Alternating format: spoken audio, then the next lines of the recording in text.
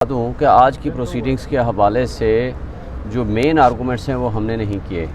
आज आर्य साहब ने जो आर्गूमेंट्स किए हैं बेसिकली कि प्रोपराइटी डिमांड्स कि जब एक जज साहब अपना माइंड डिस्क्लोज़ कर दे, जब मैटर रिमांड किया जाता है तो जनरली वो उस जज को नहीं सुनना चाहिए, क्योंकि वो तो अपना फ़ैसला दे चुका है। वो कैसे कहेगा कि मेरा पिछला फ़ैसला गलत था। तो उसूल, प्रिंसिपल, प्रोपराइटी एंड फेयरनेस का तकाजा ये है कि वो कोई दूसरा जज सुने, इर्रिस्पेक्टिव कि हमारा एक बायस का और उनके मुतासिब जज हुमायूं दिलावर के होने का ये एक सबूत भी मौजूद हैं। उनका कंडक्ट भी इस बात को शो करता है, जैसे कि डिफेंस एविडेंस वो होती है जो कि जिसका अभी दोबारा 3:30 बजे आर्गूमेंट्स होंगे। डिफेंस एविडेंस ये मुल्ज़िम ने पेश करनी होती है, ये मुल्ज़िम का हक होता है, ये जज ने नहीं डिसाइड करना होता कि ये रेलिवेंसी इसके साथ है या नहीं है।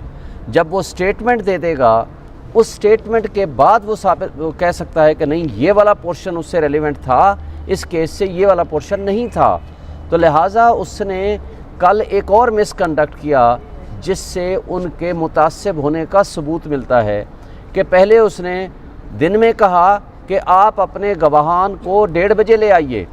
जब जाकर उनको एप्लीकेशन दी गई कि जी हमारे गवाह कुछ कराची में हैं, उनको कम से कम 1 से 2 दिन का टाइम दीजिए ताकि वो वहाँ से ट्रैवल करके आ सकें, तो उसने कहा नहीं, ये मैं डिसमिस कर रहा हूँ क्योंकि इर्रेलेवेंट है। उनका अपना कंडक्ट एक एक दिन का ये साबित करता है कि वो एक मुतासिब जज है। फिर सीनियर मोस्ट वकील ख्वाजा हारिस के ख़िलाफ़ लिख दिया कि उसने मिसचीफ किया है। क्या वकालत करना कोई जुर्म है हमारे पाकिस्तान में? तो लिहाजा वो जो जज साहब हैं वो सुप्रीम कोर्ट ऑफ पाकिस्तान से भी बड़े जज हैं। तो लिहाजा उनका एक एक लफ्ज़, उनका एक एक कंडक्ट और उनकी ये हरकत, मुझे ये बताएं कि उनको बता दिया गया कि आज इसी केस के मुताल्लिक बहस हो रही है इस्लामाबाद हाई कोर्ट के चीफ जस्टिस के पास। वो कहते हैं नहीं, मेरे पास पेश हो, इस्लामाबाद हाई कोर्ट को छोड़ दो। फिर 11:30 बजे कल जो फैसला किया कि अगर आप नहीं आएंगे तो मैं ये समझूंगा कि आपके आर्गूमेंट्स हो गए, मैंने जजमेंट रिज़र्व कर ली। फिर उसके बाद जब उनको बताया गया कि वहाँ आर्गूमेंट्स हो रहे हैं तो उन्होंने यही बात 12:30 बजे का कह दिया। और अभी चीफ जस्टिस साहब ने कहा जी उनको जाकर बता दो कि जी हमारे आर्गूमेंट्स यहाँ हो रहे हैं और अभी मैंने फ़ैसला करना है, और 3:30 बजे दोबारा आर्गूमेंट्स के लिए रखा है। तो लेकिन वो क्या फ़ैसला करते हैं? ये मिलिट्री कोर्ट्स का यही स्टाइल है। यही हम आपसे कहते हैं कि हम फ़ौजी अदालतों के क्यों ख़िलाफ़ हैं, इस तरह के कंडक्ट की वजह से।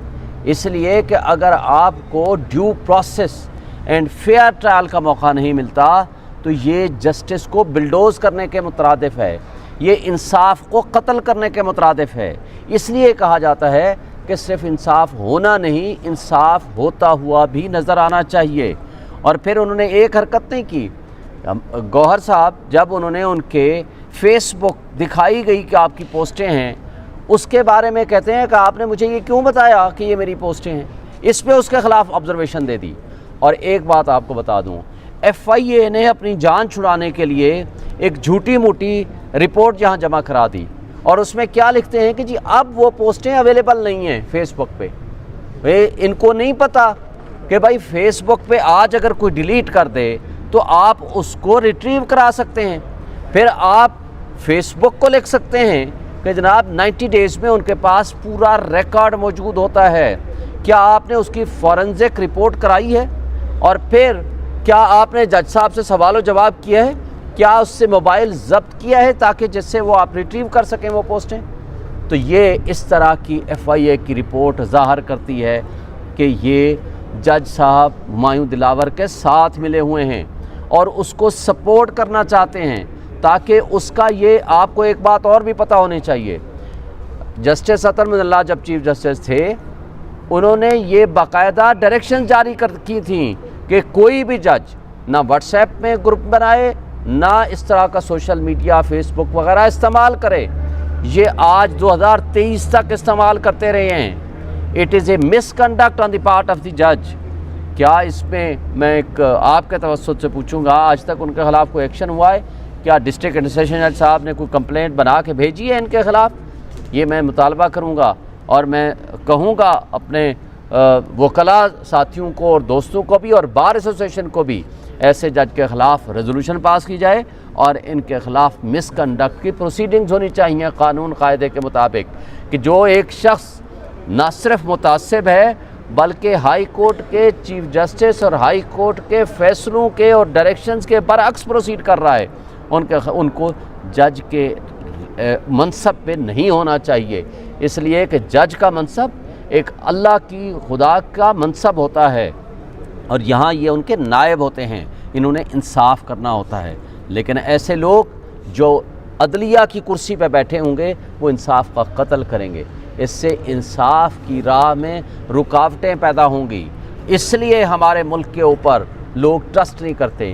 اس طرح کے ججز کی وجہ سے آج ہمارے پاکستان کا نام پوری دنیا میں 139 میں سے 129 نمبر پہ ہم فال کرتے ہیں، وہ اس طرح کی حرکات و سکنات کی وجہ سے ہوتا ہے۔ اور ہمیں افسوس سے کہنا پڑتا ہے کہ یہ مثال ہے اس کیس کی کہ اب ہمارے ملک کی اسٹیبلشمنٹ، ہمارے ملک کے مقتدر طبقے اور ہماری پی ڈی ایم کی یہ فاشسٹ حکومتیں، یہ سب مل کے انصاف کا قتل کر رہے ہیں، قانون کا قتل کر رہے ہیں، اداروں کو استعمال کر رہے ہیں۔ اور آپ نے دیکھا کہ مجھے یہ بتائیں کہ عطا تارڑ نہ اس میں گواہ ہے، نہ اس میں کمپلیننٹ ہے، نہ اس کا اس کیس سے تعلق ہے، اس میں کمپلیننٹ الیکشن کمیشن ہے، تو وہ کس کیپیسٹی میں آتا ہے؟